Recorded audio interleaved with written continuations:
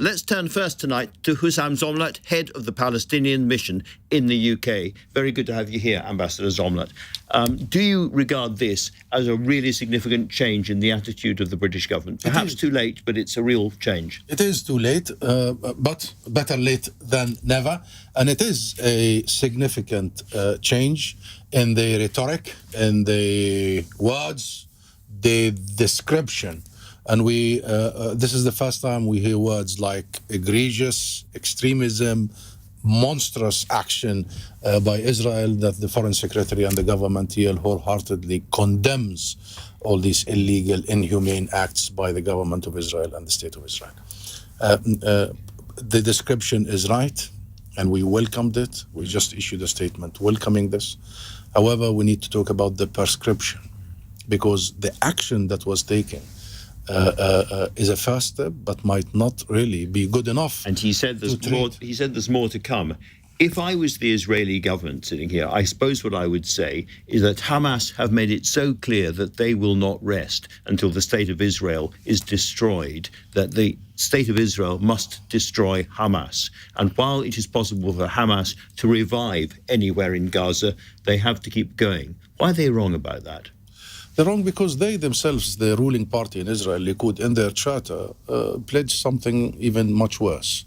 And the coalition agreement of this last coalition very clear says that this government will never allow for the right of self-determination for anyone from the river to the sea except for the Jewish people. So if we take people for their talk, I think Israel will be in the red. What we need to make sure is that any party in this respects the very basic provisions of international law and respects our shared humanity.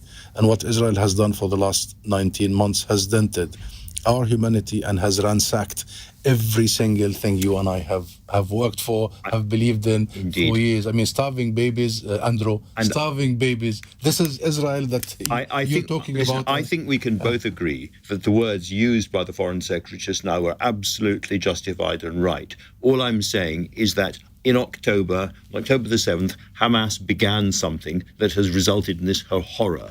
And you can understand that there are people in Israel so terrified of Hamas, they feel that they have to destroy anything that could harbour Hamas. And we said from day one, on the 7th of October, that we wholeheartedly reject completely the targeting of civilians.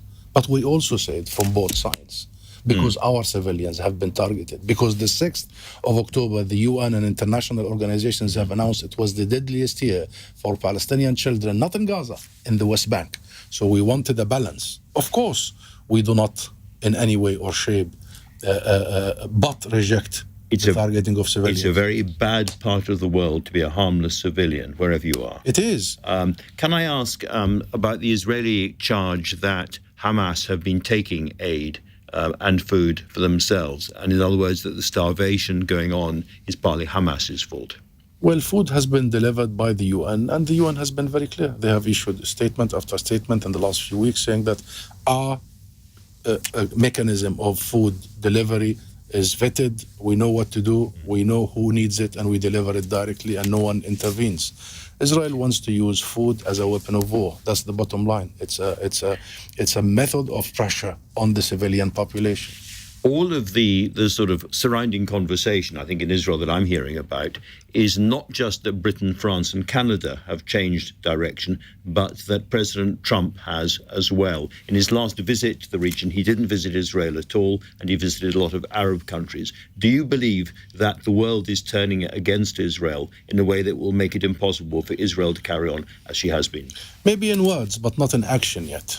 Take the announcement by the Foreign Secretary today. It is not talks of trade that needs to be suspended. It's trade that needs to be suspended if you want Netanyahu to pay attention and change course. And by the way, suspending trade and banning settlement products from arriving to the UK market is not a demand. It's a legal obligation upon the UK government and all other governments. We need a full arms embargo. The US, the UK still provide arms to Israel. We need to see also enforcing fully the accountability side. War criminals need to be held accountable, and we have the ICC arrest warrant. And I want to see the UK government next month on the 18th of June, will they recognize the state of Palestine?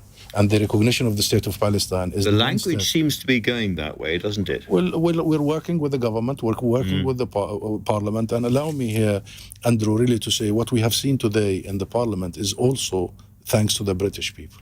You've seen the hundreds of thousands in the streets of London only 3 days ago in the weekend on Saturday.